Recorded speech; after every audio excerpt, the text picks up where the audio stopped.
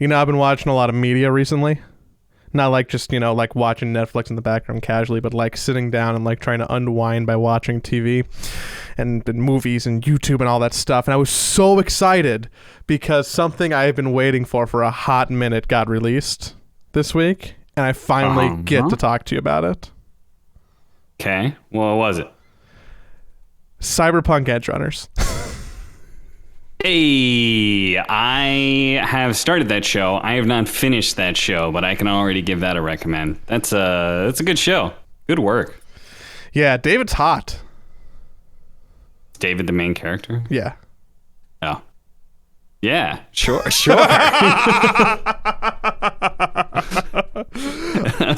That never occurred to me, but all right.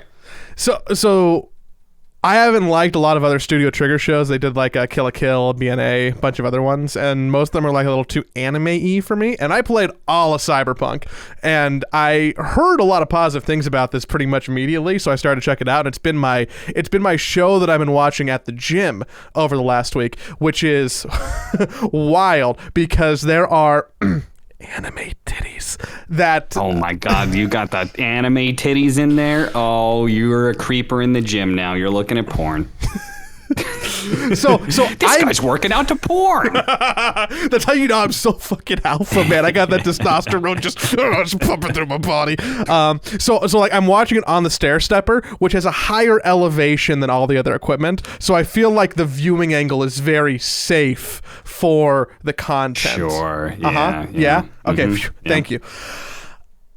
I'm also I actually have one more episode to watch, and we can talk about when you're done. But would recommend if you want to watch along with us. Maybe we'll talk about it next week. Netflix, Cyberpunk Edge Runners. Even if you didn't play Cyberpunk 2077, which I did and kind of regretted, this better. Though some people might have been thinking like, oh. Man, Joey's been waiting like the rest of us for True Sight, the Dota 2 yearly. I feel like I'm doing a Slacks voice. It's the Dota 2, the yearly Valve documentary chronicling. That's the word I wanted. The grand finals of the prior TI, and everybody for months has been like, "Yo, where's it at? We've probably complained on the show. Where's it at?" And that also happened this week, and I assume that most of the people listening probably have watched it. You streamed it, yeah? You like had a watch party. Yeah, I did. I watched it on stream since when it came out. That was like 8 a.m. my time. I wasn't ready to be up and streaming yet. It was good.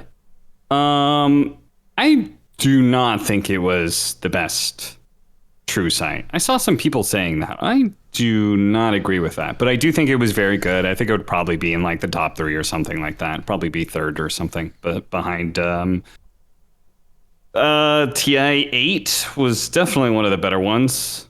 I don't really remember TI-7. I honestly, they're a little bit blurry for me, but I definitely felt like it was good, great even. But there is some harsh contenders out there, it's hard to beat some of the other True Sights. It is so rare that we disagree about something that I'm like almost excited for the fact to like have an actual like spirited discussion where we generally have different opinions. It was my least favorite True Sight. I wouldn't put it in the top 3. I would put it at the bottom. Okay. How many True Sights have there been? 4? 5? Okay. I mean, if I put mine third, then I don't really feel like that's that big of a difference. But do you think that... I think it suffered from the fact that there was no crowd, and probably less story building in that aspect. Could be. And way more draft talk, which I thought was interesting, but not really what I want to watch True Sight for, I guess. maybe our opinions are a little bit closer than I thought they were. Fuck. So the thing about it for me is I feel like all the other true sites, if I wanted to, I could show it to my mom, and she would probably be like, I don't want to watch this, but like she could follow. Joey, I don't care about your video games. You need to get a real job. She tries to care a little bit. It feels like I could show it to somebody and they can just follow along with a story, because there's a big story thread there that is attached to Dota, but it is not wholly ingrained in Dota. What I feel like I just watched, I watched it this morning, was just like a 90-minute draft conversation, and I think that it is almost impenetrable on most fronts for someone who doesn't have like some experience with the game. There's just so much that is focused on like what is happening during these drafts in these 5 games. And I suspect what happened is that, like, you know, they made the best product with the media they had. Like there was probably, like you said, there was no crowd. There was probably less staff making the show. There was probably like a less, they probably didn't have a lot of media following Team Spirit before the finals. More COVID restrictions and stuff. More right? COVID restrictions. Yeah, like the interactions between like even just the teams themselves, but like teams and people outside of the team and stuff like that. You're not going to get any of that. You're not going to get any of those. Remember the hallway shots? Fucking crate, the fucking shoulder hit. You're not going to get anything like that with this TI, right? Because of COVID. So, yeah, I think, like, all things considered, I don't blame any of the decisions that they made, because I just assumed that there probably wasn't like anything else they've done. They could have done, given you think there's something? I don't know what they could have done differently. Yeah, like it's like the heavy draft focus, but it's like, what else could they have gotten? And we really know, but I assume that like COVID restrictions and everything else just make it near impossible. So I was also annoyed a little bit with some of the technical aspects of like the edit and the presentation. Okay. There was like B-roll. I saw that someone actually put this on Reddit. There were multiple times, like 3 or 4 that I counted, where like just B-roll was like out of time with the story. Like Toronto Tokyo drafts Ember Spirit, but it's showing him with like an Invoker profile from his booth, and it's like, well, that's like a little continuity error. That's fine. That's whatever. You know, fucking. There's people who would say that doesn't matter, right? But I would love it if I had infinite amounts of time, which don't have the luxury of doing. I would want to make a meme edit that was just all the parts of True Sight, which were camera shots outside the booth looking at the hero screens. They used so much footage of the camera outside the booth looking at the hero screens all the time. Like, they cut to those shots so much, and there is nothing interesting there. And maybe you want to show less gameplay. I would probably edge on showing more gameplay. Maybe the only media you have is like the player cams. I mean, that might be more interesting to show the reactions, but like the amount of times that they cut to fucking outside the booth after someone died, sometimes their pictures didn't even go black and white, after someone died, to set up drafts, like, I'm just like, oh god, there's just, it very clearly looks like they're trying to tell a story but lacking supporting media, which is really tough to do. But maybe you just tell a little bit less of a story if you don't have the footage to show for it, or use different footage. My favorite part was all of the SFM stuff, all of the Source Filmmaker clips. Oh god, I think it was maybe the best they've done so far. So good. So good. Huge props to whoever was doing that, internally, externally, whoever they contracted. Like, who knows what over here, but like, seriously, great fucking job on those clips. Everything else was pretty mid to me.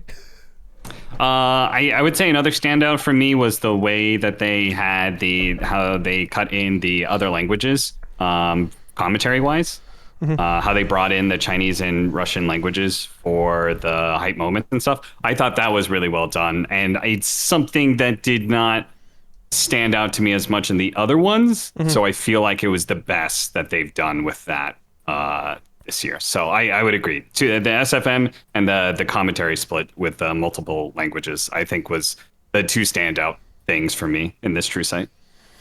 I did. So the thing that was interesting to me from a story perspective is seeing the like.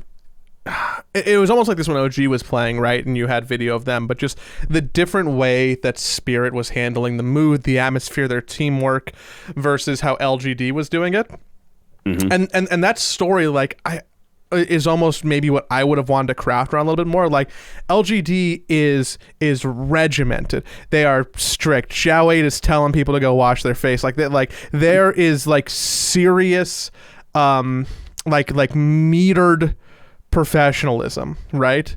And the Spirit guys, they all came out of this being so much more personable. Like before, I was like, oh, Team Spirit, I like their story, that's cool. I especially empathize with the ones who are like leaving their country, like because of everything that happened. But like this made me like them way more, and in a way that like it didn't really affect me for Liquid or OG or previous iterations. Like this really, really, really humanized those five people, or 6 was silent for me, and I thought that was like really well done. And the dichotomy between Spirit and LGD was probably the coolest thing to see, because it was like two completely different ideologies, which like we knew and people talked about, right? But like to see it firsthand in the players' own words, that was the real story for me. Yeah, no, for sure. I think that it's almost a shame that we didn't get to see more of Team Spirit in their build-up or something. I always kind of like, True Sight is just always about the finals, right? It's like if you make the finals, you're in the documentary sort of thing. Like maybe there's a little bit of preamble in the lower bracket finals or something like that. But I do kind of wish we had gotten almost more of Team Spirit from the lower bracket finals, just so we could explore more of that personality. But I agree that Team Spirits, I mean, they are the underdogs. They were the team that was like so friendship based. All their interactions were constantly like, even when they were teasing each other, it was to like make each other feel good, not bad. Mm-hmm. And it was something that was very wholesome, and it helps that they're also the champions in the end and everything. So yeah, if you're like, so if I'm a producer on True Sight and I'm thinking like, okay, who do I want to like? I have a camera crew. I have them for some extra days before the finals. Maybe I want to get some footage, some coverage of some teams to help tell a story. You're probably never hedging your bets to go stick your camera crew with Spirit in the group stage. Right? Yeah. Like yeah, for they're sure. probably, if you're ranking the list of teams to cover, they're probably the ones that don't get coverage because the cost benefit of assuming they're gonna perform is like low. It would be such a miracle, or just a huge expenditure, to cover every team the entire time. But that would be interesting. Like I would love to see what True Side looked like if it was a little bit more than just the finals. Because also like yeah. Because you're also sort of banking on Team Secret, right? The upper bracket finals, when you're setting all that up, I imagine they get some footage of the upper bracket final too, because that's a potential rematch in the making, right? Mm-hmm. So we really want to be able to get that. So they probably had a decent amount of Team Secret, which obviously none of it was in the movie at all, because they got third. So yeah, there was just Matumba Man going, "Ah!" Yeah. I like how somebody on Reddit pointed out there was a post about how like Spirit respected the other teams the most, which I think is a pretty huge fucking leap to make. But like to say that they respect the other teams the most, but you could definitely see the respect that they had. And also I think that's generally the story that happens through any lower bracket is that you are learning from other teams as you go through. So I thought that was something that definitely stood out. I'm not sure how much of a central point that was made, but I guess there were little moments like the fact that Team Spirit themselves reference like, we've been in this situation before when they were down to LGD, when they were even up 2-2 going into game 5. They I think Silent maybe talked about the fact that they had been through this before, but it was for the TI qualifiers against Empire, I think. So they had kind of like been through this before, sort of thing. And I think that's something that was like a nice little build up to the story as a whole of like these guys have gone through so much. And again, it would have been really cool to see obviously more of that story, but there's only so much you could do. Yeah, Silent and Joey really shined for me. In the whole piece, I'm glad that we got a lot of coverage of them and a lot of them speaking.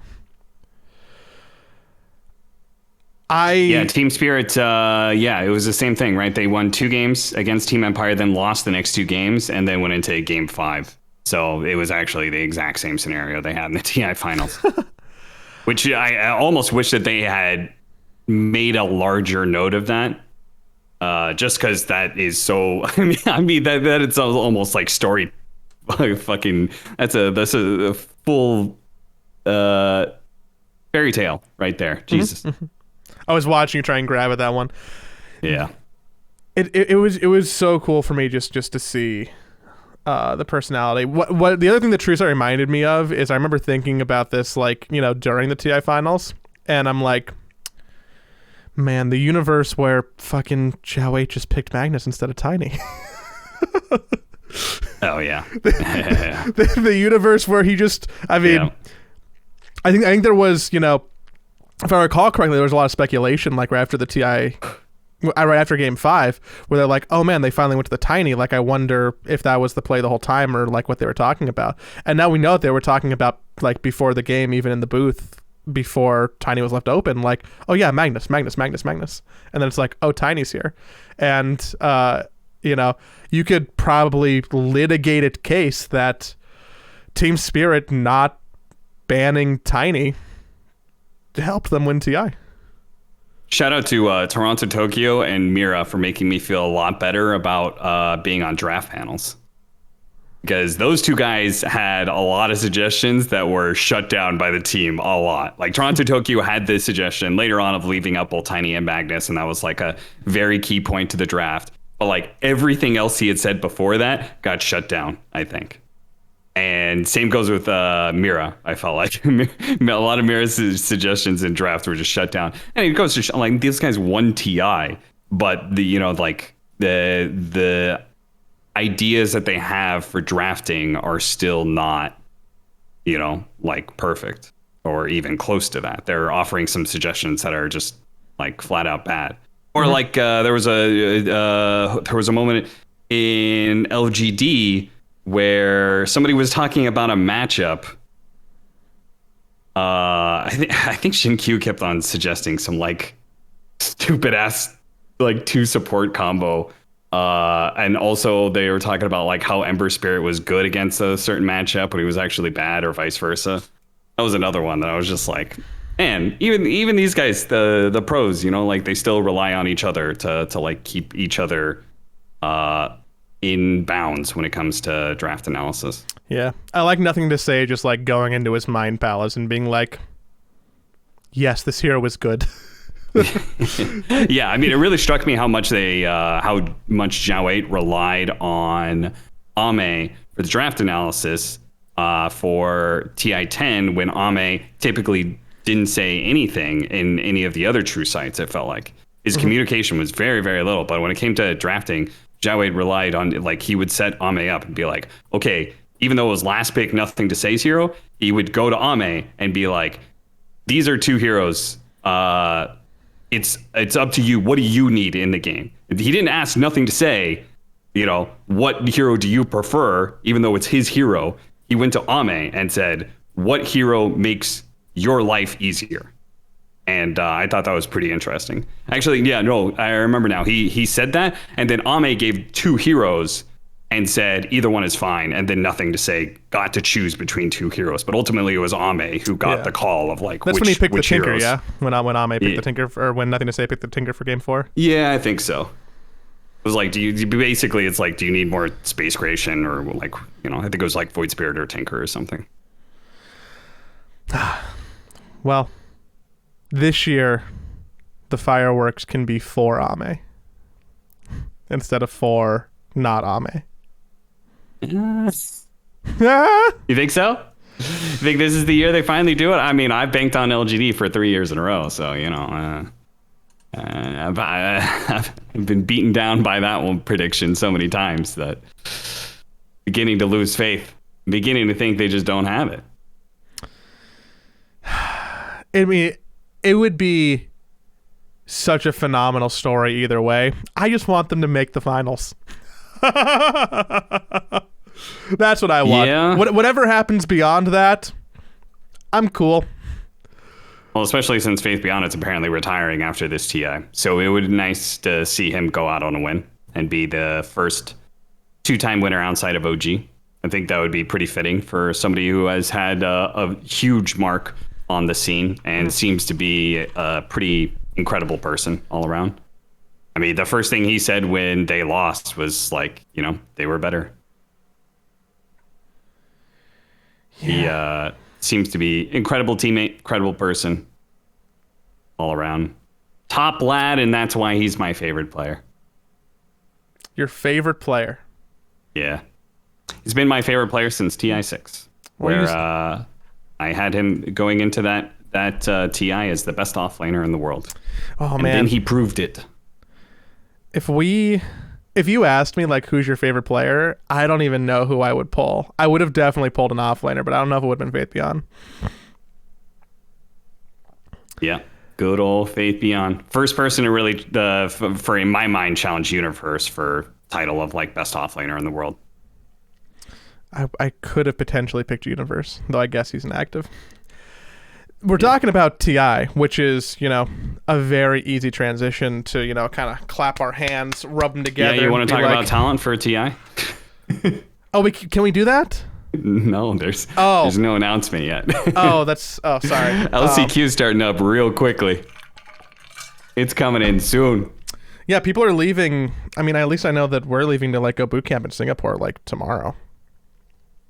Yeah, I'm surprised that you guys aren't there already. Most teams are in Singapore, I believe, already. We already have a Kush facility. We're just, like, chilling out. Yeah, sure. Yeah. Well, that's worked real well this year for you guys. Whoa. Yeah, they're leaving tomorrow. LCQ starts on the 6th? Starts on the 8th. 8th? Yeah. Okay. I got people flying in. Dennis is flying in to go film with the team at LCQ, and I think it's impossible for him to get COVID this time. So true. Yeah, that's true. That's the good part about getting COVID recently, huh? Yeah, I still gotta get my yeah. You want to, like, go hold hands together? We can go together. Yeah. Oh, why do you have to go get your booster? just because you need one? Well, I have publicly said I'm going to Singapore no matter what. Valve doesn't invite me, I don't care. I'm going. I have been to every TI since TI2, and I stayed up and watched TI1 at 2 a.m. So, I'll be there one way or another. Yeah, we should have planned to, like, do something in Singapore because I'm going to be there also. But wow, I mean, we can meet up. Yeah, maybe we can offline about this after the show. Maybe I should start to, if we were to theoretically do something, maybe I should start to talk about that soon. But I don't know. Apparently, you're supposed to, like, tease stuff so people get interested. But that means that people are probably still paying attention 20-ish minutes in, and I know that most people are sleeping. Hit us up in the Discord. Find it. Anywho, LCQ starts on the 8th, which is less than 2 weeks away. It is 12 days away. That's soon. And we know who is going to be there. And I'm going to be honest, we've been saying it the whole time. I'm pretty excited. Yeah, this tournament is, I think, pretty hype. Mostly because, first of all, it's a regional battle, which I think is pretty cool. Could be that one region walks away with 2 extra teams at TI, which is really cool. Also, I think because of the setup, it is a pretty even field. The way I see it is the field is split in half. But there are 5 or 6 contenders, like 5 or 6 like relatively even favorites. I don't know what the percentage would come out to have 12 teams, 2 slots, so 1 in 6. So I would give a pretty solid. What is 1 in 6 in percent? That's 17%. 17%. So Rounding. I would say that there is probably no team with more than 15 to 17% favorite for each one of these slots. And I would say that no team has below like 5%. I don't know. What do you want to bet? You want to make like a friendly wager? What, Sure. I will do something fucking stupid if Tempest wins. God damn, that's some flame. You didn't even go wild card. You should have said wild card. Really? Dude. I don't know. What's the you get a tattoo? Okay. SA DOTA number 1. That's going to be really hard to stomach, but I think that's probably fine. Because I am so confident. Okay, so what would you think it's less than 5%? I think Tempest has a less than 5% chance of getting out. I think Wildcard has a less than 5% chance of getting out. Everybody else is in some level of contention more than that. Those two teams in particular, I think, are the easy bottom two. Everybody else I can make a case for. I think that's fair. I guess I see the field a little bit more split where it's like there are some teams that are basically like 5 to 8%, and that would be Nouns, Wildcard, Infamous, Tempest, maybe Navi, maybe Polaris. And then you have the other field of like more of like the favorites, which is T1, Virtus Pro, Team Liquid, Team Secret, Extreme, and Vici. And I would say that Polaris and Navi are probably a little bit more likely to be dark horses alongside maybe Infamous and Nouns. But I think the general point is just that I think the field is pretty even. There are, of course, favorites, but at the same time, I don't think there is any team that is incapable of taking one of, again, it's 2 slots. So I think there is potential for a dark horse to upset the 6 different favorites that are all pretty even in my mind. I think it's hard for me to call them a dark horse because of the team name and brand associated with them and some of the players. But for me, the dark horse is T1. I think the dark horse is T1, and I think I would be willing to place a bet that the 2 teams that come out are some combination of Secret, Liquid, VP, and Extreme. Yeah, I think T1, I guess I have rated higher, and I know like there's going to be plenty of people who are like, oh, but Polaris beat T1. I think that most people would probably still put T1 above Polaris, and why they're one of my favorites because of the fact that they are all LAN performers. If you look through the list, right, it's not just Anna Thompson, who are both 2-time TI winners, right? But it's also Cuckoo, who has had very good, strong performances on LAN, has always shown up, and he's a captain, so that's important. They've got March as their captain. It's March. that guy was, like, that guy overperformed at all of his teams overperformed at TIs, at LANs. And Zephyr and Whitemon, they've both been at LANs, and T1 has done well. So I think they just have like a LAN buff in my mind that you should expect them to be better than their 3rd place in the C qualifier sort of deal. Also more time, right? More time for that roster to get better and grow and get good. I don't even know how solid I feel about VP, if I'm being honest. Like, if VP has the opposite, right? They have the LAN nerf. Yeah, VP has a land nerf. Liquid has a land nerf, but like I'm gonna keep on sucking down copium until the day I die. So like it's fine there. I feel really confident about Secret, Liquid, Extreme. I think most people would probably. I think if you polled enough people, those are the names that would show up in the top 3 the most often. Probably, yeah. But Vici Gaming is also, I think, well within that striking distance of these other teams. They are. All in all, it's pretty much just the NA and SA teams that I think most people are going to be doubting, and I think that's relatively for good reason, just because the depth of the regions shows once you go to the third or fourth. Particularly, I would say the fourth spot is usually pretty rough. But it's TI, so dark horse potential is always there. Yeah, the Infamous Group B, Infamous and Wildcard will almost certainly be taking games off people. I don't think that they're going to go undefeated. You mean Nouns? Wait, which one do you like more, Nouns or Wildcard? I think Infamous will definitely take a game off somebody and cause havoc. Wildcard will go 0-10. All right. I guess it depends on what we already know the groups. We do.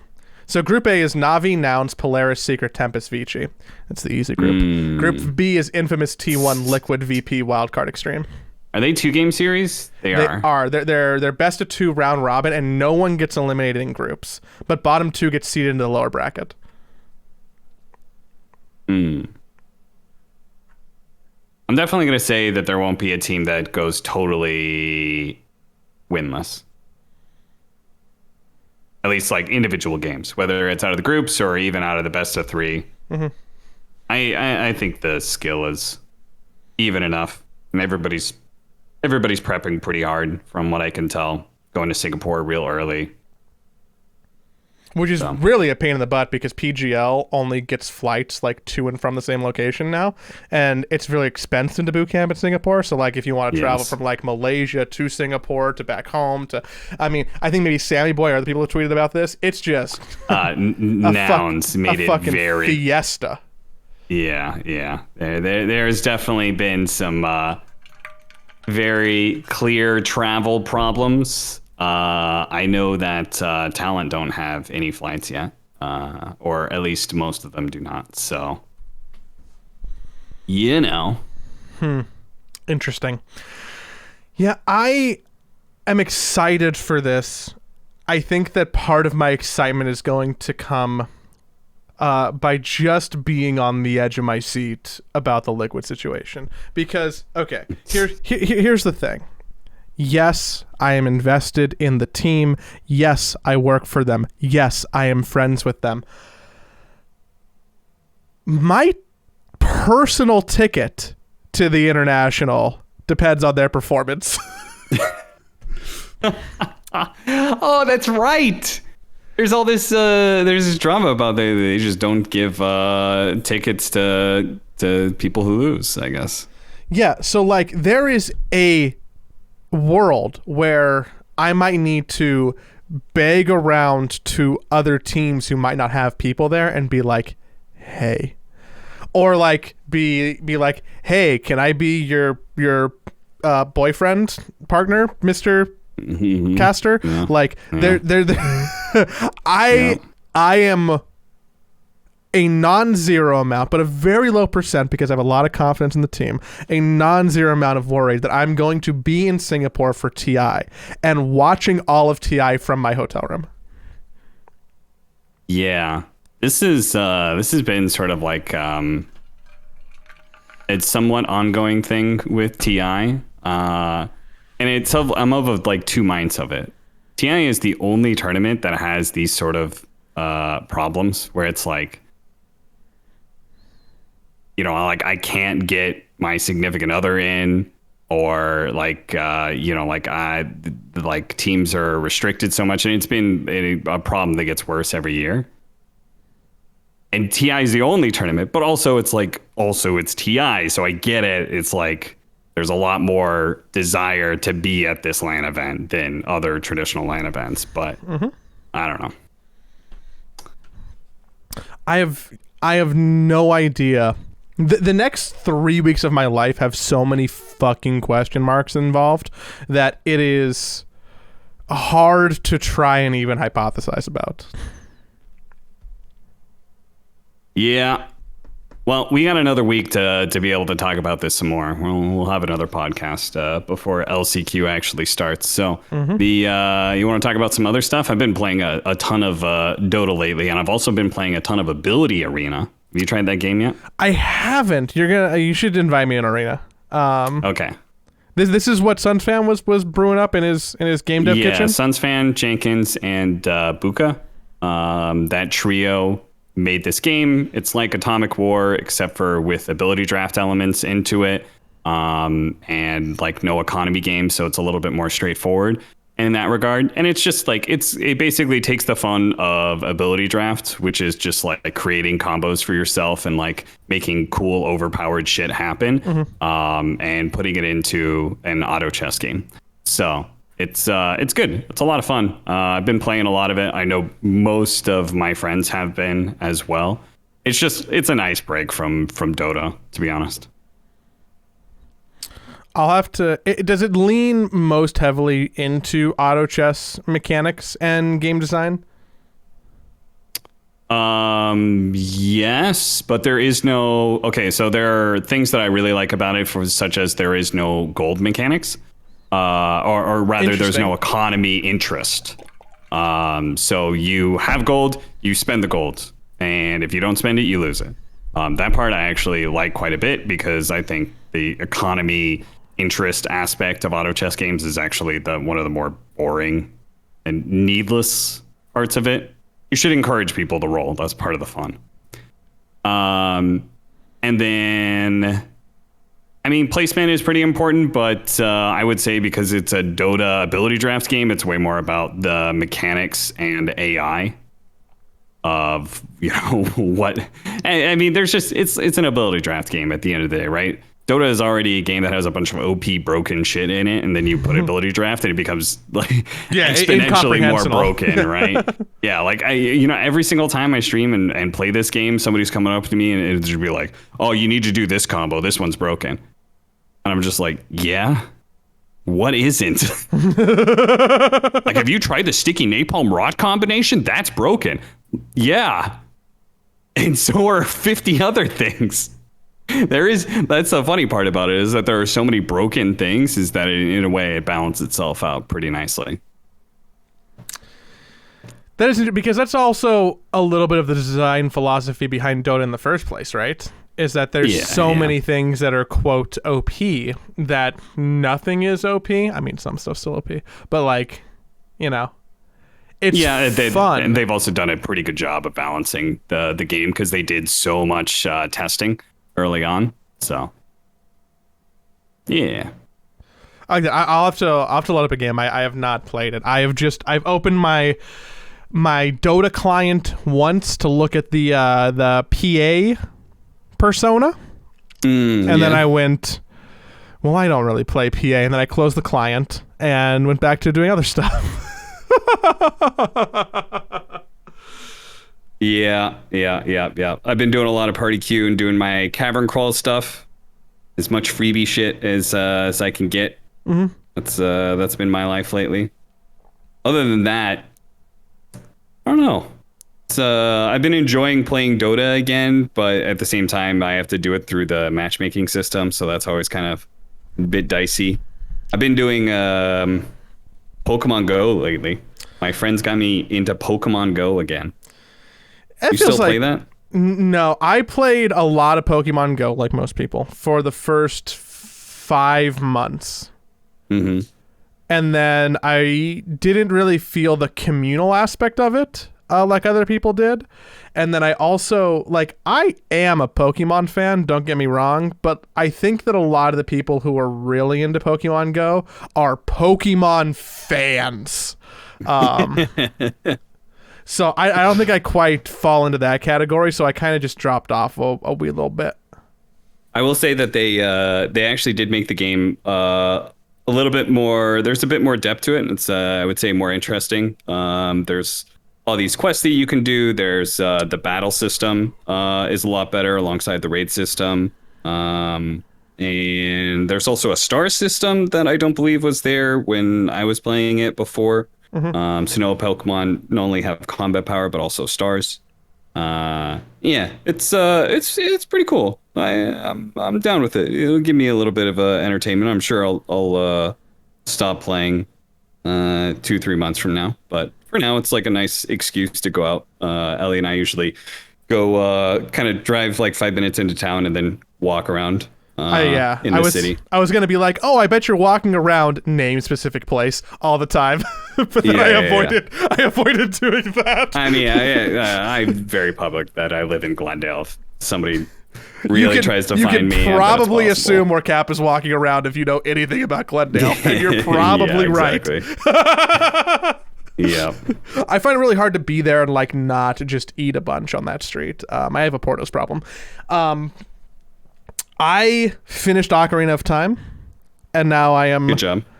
I'm playing a Half-Life 2 mod, and then I'm going to play Majora's Mask. I tried to play Shovel Knight Dig, which came out on Friday, which is something that I assumed you would want to play just because it's a roguelite.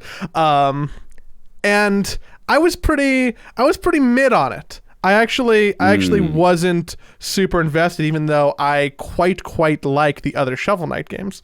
So that was what I did with some of my Saturday, and then eventually I had the self control, just put it down and start experimenting with other things. I'm excited to get into Majora's Mask. Have I been playing? What other games have I been playing? The trombone game that everybody's playing on Twitch. Are you tooting? No. Okay. No, I haven't. Been playing Noita. Still, not sure if I talked about that game. I touched Outer Wilds a little bit on the Switch. That game is really cool. I haven't played a whole lot of it, and I will probably play more of it when I travel on the Steam Deck. But that game, super interesting. Very cool stuff. If you're a big fan of space, check that game out. Have you ever played a video game that like just makes you feel dumb? Yeah, I've definitely played some of those. Yeah. That was Outer Wilds for me. Like I gave it like a real honest like 80 minutes, maybe 90. I don't think I made it to 2 hours, but I'm like, I don't know if I get this. I might be stupid. And then like I'm like, you know what? I'm gonna put this down. And generally games don't like I'm someone who played literally every puzzle in The Witness, and I'm like, dude, I'm the smartest person on earth. And then I picked up Outer Wilds and I'm like, my brain no work well. That's funny. I have a lot of friends who really genuinely love Outer Wilds. I just don't think it clicked for me. So be interesting to see if you keep up with that. I'm sure a bunch of people in Discord would want to talk to you about that one. Yeah, I will. I will definitely get back to you probably after TI, where I will be spending most of the time playing it on the plane. So I'll get more than the hour and a half, 2 hours that I'm currently into the game, and give it more solid feedback. Yeah, I tried playing, I mean, now that we're just on this dog league, I'm going to just list a couple other things. I tried playing Immortality. Do you know what that is? No. Immortality is a FMV. I kept on trying to say SFM. It's an FMV game, so it is all acted live video footage. That has been a trend lately, these FMV games. Yeah. It's in the same like group of people who made like Her Story and some other ones. I generally do like FMV games, not for broadcast, which is an FMV game that came out earlier this year. Is probably one of my favorite indie games this year so far. Immortality, great critical reviews. I really struggled with it. I don't think there's a lot of game there, and also like the way that the editing was kind of bothered me. So I passed on Immortality. I played all of Returnal because I finally broke my PS5 out. That's something you're probably going to like when it comes to PC. Okay. And then I played all of Rollerdrome, which is something that I don't think I talked about on the podcast. I just talked about with you privately. It is a quick little game that is a lot of fun for anybody who has like some nostalgia for Tony Hawk style games, older Tony Hawk style games, mixed with third-person shooter combat. It feels fun and fluid and unique. And if you like either of those things, especially if you like both those things, you should probably check out Rollerdrome. I was never a skater. Yeah? Skater gamer. No, I never played any of those. I never played Skate, never played Tony Hawk. It didn't really get to me. I didn't like Skate. I did like the original Tony Hawk's. It was fun. Maybe I just wanted to like connect with like my SoCal roots, you know. I was like, yeah, we're in Venice, we're skating. Yeah. Did you ever skateboard? No. The only boarding I do is snowboarding. I learned a little bit of surfing, but that's it. Maybe that's the thing, because I definitely dabbed a little bit with, you know, a skateboard as a kid. And Tony Hawk's I did play so cool. SSX Tricky. You know, I played that, but that also didn't give me that much either. Also, you could just do more. I feel like, just thinking about it, I would rather play the snowboard game than the skateboard game, because the snowboard game, you go bigger and farther and faster. They're two different things. I also loved SSX and SSX2. When the conversation comes up, which I think literally did last episode, you know, like what games do you want like kind of remade? SSX is actually one that I would love to see revitalized. I don't know if they would ever do it right, but the idea, like even last weekend, I just had my friends over and we plugged in an N64 and we played like an old Mario Party and Mario Tennis Kart, and it was a lot of fun. I would love to have like a modern couch co-op SSX race, because I think that it's really easy to jump into, and I had a lot of fun playing SSX in the day. Okay. It's tricky to rock around. It's tricky. It's tricky. Yeah, that's just seared into my brain.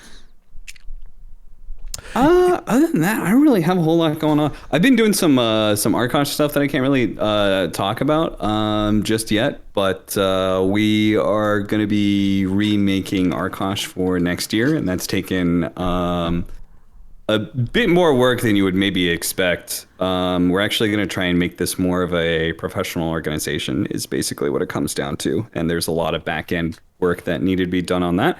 Fortunately, I brought in some help. You got to have like a business. Yeah, we actually are. So we're going to try and turn that into something. I don't know how public it'll ever really be, but that is something that I've just been doing. Like public stocks, like I can buy shares of the company, you know? Yes, exactly. Hopefully we're ever that successful. I've been doing a little bit more. I've been dabbling back into the voice acting stuff a little bit more. I've been sending out some auditions and applying. And yeah, just kind of like dabbling around. It's in that whole pre-TI or in post-TI. There are two different periods. There's a drought on both sides of just kind of like, there's no events. There's not a whole lot to do. Ooh, hold on, dude. Hold on. Disagree. Not a whole lot to do. Have you been on Twitter this last week?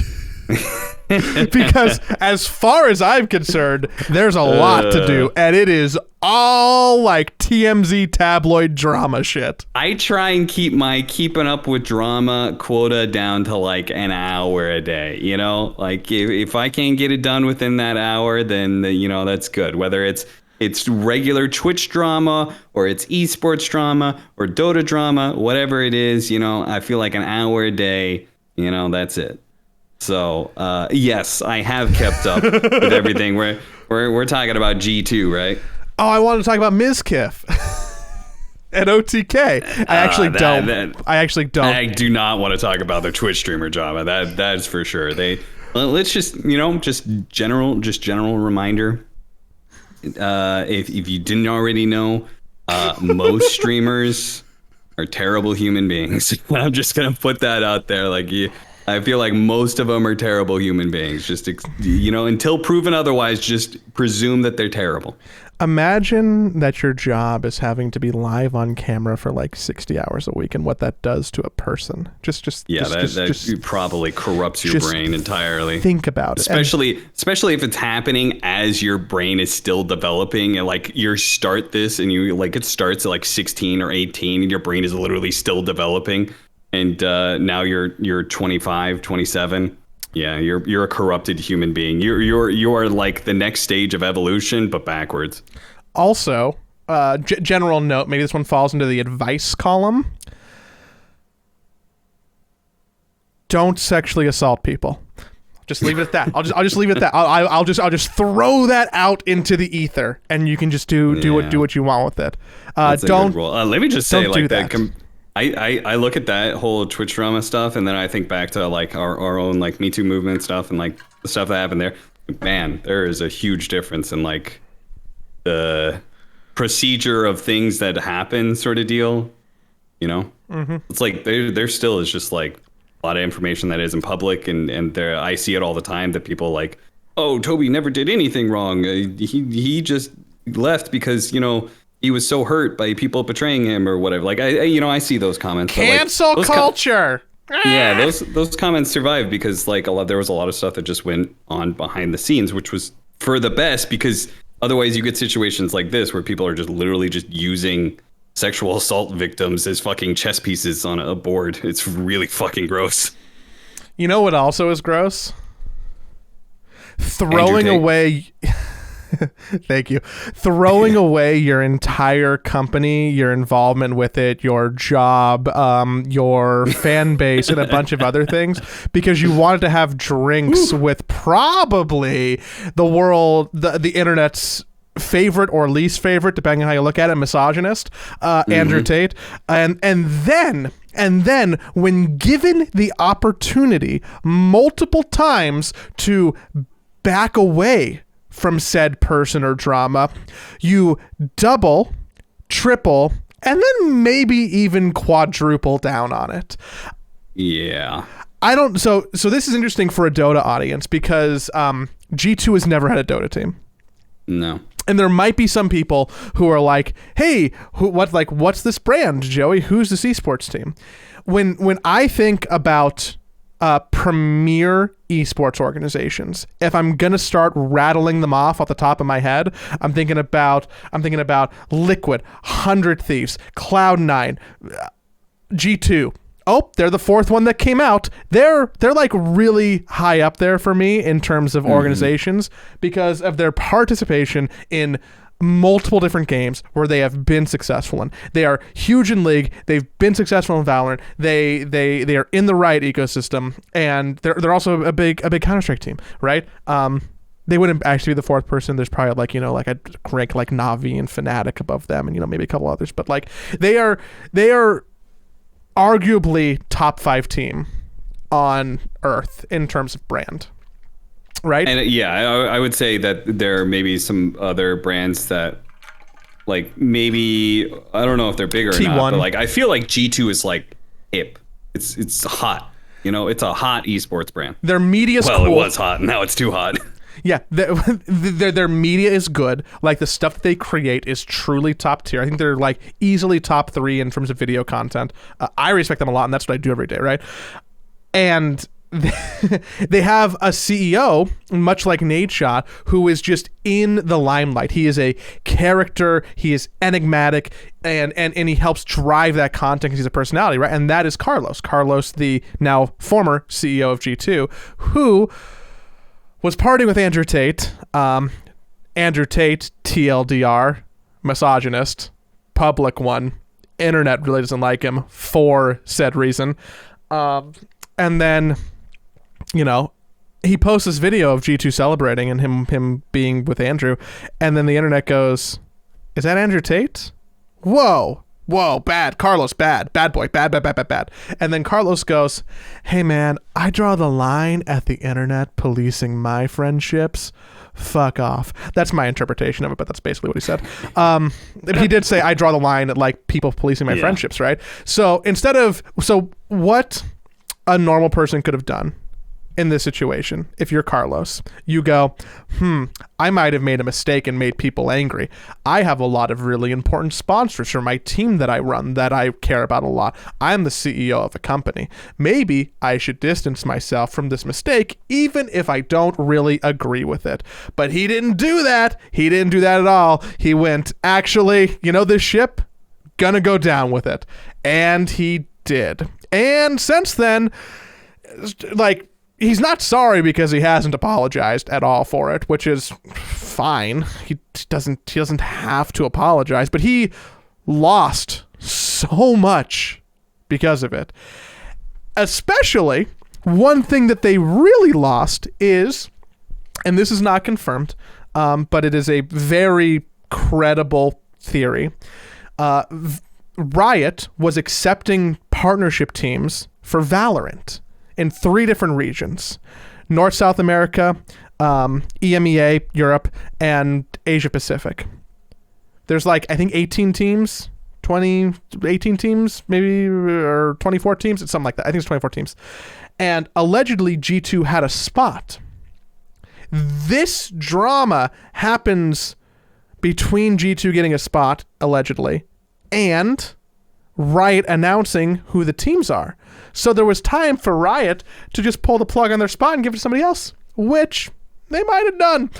And that's not good for your sponsors, for your employees, for your players, for your brand, for a bunch of things, because Valorant, if y'all don't know this, most popular esport right now. Probably the one with the most rising stocks. You want to be a Valorant partnership team. Fun fact, Team Secret, Valorant partnership team in Asia Pacific region. Really cool for them. People should congratulate them and be happy and support them if you like Valorant. That's like really big for a brand like them. Liquid got a spot. G2 did not get a spot. Almost certainly because of Carlos's antics, which is wild. Yeah, it's pretty absurd. So I was definitely on the when I saw this, and I was like, okay, I like have a general understanding of like Andrew Tate, piece of shit. Like I had a general understanding of that, but I didn't really know the details about this guy. So when this first came out, I was just like, okay. All right, so I see a lot of like grandstanding of like, don't let this guy into esports, don't let this guy into esports. And I was like, well, is there any sign of him coming into esports besides him partying with this Carlos guy? Mm-hmm. And I was like, okay, this seems like a little over the top, but whatever. And then and then all this other stuff starts happening. I'm just like, this feels like a little extreme. And then I learned more about Andrew Tate. And I was like, oh, man, this guy is way worse than just being a misogynist. Jesus Christ. This is a truly horrific human being. There is something wrong with this. And the fact that people don't seem to have this idea that like, yeah, you are accountable to like your friendships. And I think it would have been totally fine if he had put out something that would have been like, hey, look, I try not to, like, if he had just done like a very like, middle of the road, like I try not to judge people until I get to know them in person. And like, like I feel like that's a very easy philosophy to have. I know because it's one that I have, right? I try not to let like the things that I learn about people through other sources or online or from a friend or something. I'm like, just wait until I meet that person face to face and like talk to them. Maybe it's different, right? And if he had done something like that and said like, I believe there's good in every human being or something, real fucking, he probably could have gotten away with this so easy. But the fact that he's like, I draw the line here. I party with whoever the fuck I want. It was just like, okay. Why did you do that? You're a public facing. You are not just a regular CEO. Like I know this about this organization. This guy is a fucking face, as you said. He is a character. He is like the face of the company in a bigger way than just being the CEO. He is part of their product. What the fuck? Would you ever do something like this and then get some sort of backlash and then double down and then go and then like spitefully be like fucking liking tweets and fucking pinning stuff when you get like you get like fired and stuff? You're like, you still keep your other you throw out an apology but also have your other pin tweet being the I party with whoever the fuck I want, I draw the line here. Like how fucking petty do you have to be to just be like, you can't take this knock, you can't be like, oh yeah, like I guess I am like hanging out with some people who are of low moral fiber, and that's a fair criticism that is being lobbied my way. You know? Yeah, I'm sorry to anybody. You could have just kept this private. You Yeah. could have just kept your relationship with this person private. Everything would have been fine. It's because, esports teams and business is still very much on a knife's edge in a lot of cases. G2 has serious sponsors. Imagine what happens if Adidas pulls out of G2 just because they are now mad at Carlos because of this. Imagine if BMW, I think, pulls out. Imagine, any one of their marquees are gone. Imagine 2 of them are gone because of this. Yeah, they've got BMW, Logitech, Red Bull, Adidas, Pringles, MasterCard. These are some big fucking brands they've got here. And you know Ralph what those Lauren. brands don't want to be associated with? Andrew Tate. Beating women. Yes, exactly. The Ralph Lauren Polo Club is for sport, not for combat, right? Like it's not. That club is for hitting a ball, not for hitting other human beings. Yeah, that's the thing. So, God, fuck me. It's just, I can almost empathize a very small amount with the idea of like, yeah, maybe the internet shouldn't tell me who I do and don't like. There's a nugget of that I think rings true to someone with like a libertarian perspective. However, as soon as you are either a CEO, a public figure, or responsible for, I'm going to guess G2 has at least 50 employees, their jobs, suddenly you cannot exhibit this behavior because you're responsible for so many people. It's so irresponsible. I couldn't imagine what it was like, and I know nothing. I don't know anybody there, but I couldn't even imagine what it would have been like to be an employee at G2 for these last couple of weeks. My heart goes out to them. Yeah. So we'll see what the fallout is, but apparently the new rumor is that he was forced to divest from G2 entirely. Which is pretty wild. I feel like maybe that's a little bit of an overstep, but I wouldn't want him to have like controlling. I don't think he has. He doesn't have a controlling interest. Yeah, but I which do is know different. He has the law, right? Yeah, my assumption is that he has like a substantial amount. So that's also kind of fucked. But that's for anybody who doesn't follow that. There's the juicy esports drama of the month. If you're worried that you haven't gotten enough with Dota over whatever's been happening for the last 3 weeks, just go read a little. Just look up Ocelot. Look up Carlos on Twitter. All the tweets are still there. None of them are deleted. There's no apology. Like you can go relive the whole thing immediately if you want to. Yeah. So.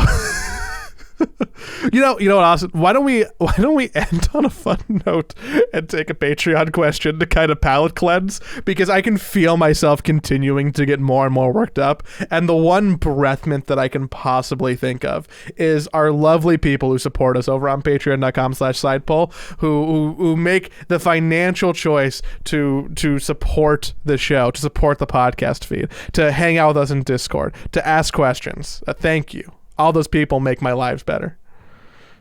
Not Carlos. All right. This week's question is going to be from Patrick Lebram, who says, with all the interesting new ags every patch, why is Venos still just doing extra damage? Also, have you played any TTRPGs that aren't D&D? Venomancer, Dota 2 wiki. Any RPGs that aren't just Dota 2? That aren't D&D. I have really only played D&D. I have recently taken up Gloomhaven, which is I would say that's a tabletop RPG, right? Yeah. But no, I not really. What about you? I played Cyberpunk and its base system once for about 5 to 6 sessions. I don't have enough knowledge on different methods and rule sets of D&D to really have strong opinions on them. I've listened to some that I haven't really liked over others. I like the simplicity of like high rolls good, bad, low rolls bad. And then beyond that, I think as a noob, I like to have a rather easy rule set. I can't dive in too deep to it. There is actually a board game that we've been trying to play for a while. Luminous, if you guys remember him, the DOTA caster. He bought a tabletop MOBA. What? It's called Guards of Atlantis. I believe it's what it's called. I think it might actually be the second one. Guards of Atlantis 2. Yeah, it is. Yeah. And I was actually pretty interested. I would love to see what a MOBA is like on a tabletop board game. That seems super interesting. Unfortunately, we haven't been able to get a collaborative board game night because I was bouncing around so much and stuff. But you're just a busy guy. Yeah, I would be super interested to see what that's like. PvP, MOBA, tabletop. Yeah. Do you think there's just so many heroes in Dota that some just get like forgotten about by the devs, and then every now and then they go like, "Oh yeah, Venno does exist." Like how do you properly give time to every hero? I would love to know when they're thinking about balance changes, like how they like logistically go through one by one every hero and think about them. Like, is there just an Excel sheet that's shared? Like, is there like a Slack channel for every different character? Like, I'm interested in like the organizational aspect of how you're tending to all these different things. Because if you're listing out like every hero, different abilities, Agshard, there's just so much to keep track of when playing around, right? So I can agree with the like I went to go look up to check the Ag's scepter for Venno while we were shitting, and it just says like the question, increases damage and decreases cooldown for Poison Nova. And the increase, by the way, it's just 1%, and the cooldown is like 40 seconds. So with an Agshard level 16, you're doing 4.5% max health as DPS as opposed to 3.5, and a 60-second cooldown as opposed to 10 seconds, which I guess gives it an uptime of a downtime of 40 seconds. 35 if you get the talent as well. That's the thing about it, is that I think that it is perfectly fine for an Aghanim Scepter just to be something super simplistic like that, because I think there's also shards, there's also talents. And I think that you have to consider all of these things in the big picture. For example, my favorite hero to rant about lately, Marcy, right? Like this hero is, you have to keep all of that stuff in mind, because let's look at Marcy, where this hero got based a lot more around her jumping ability, Rebound or whatever. And guess what Rebound has? It has a talent buff every single level. So now the ability that is her strongest ability also has a talent buff every single, where it used to be Dispose was like, oh, Dispose is this like really cool, like blink instant stun, move out of position. That's incredibly powerful.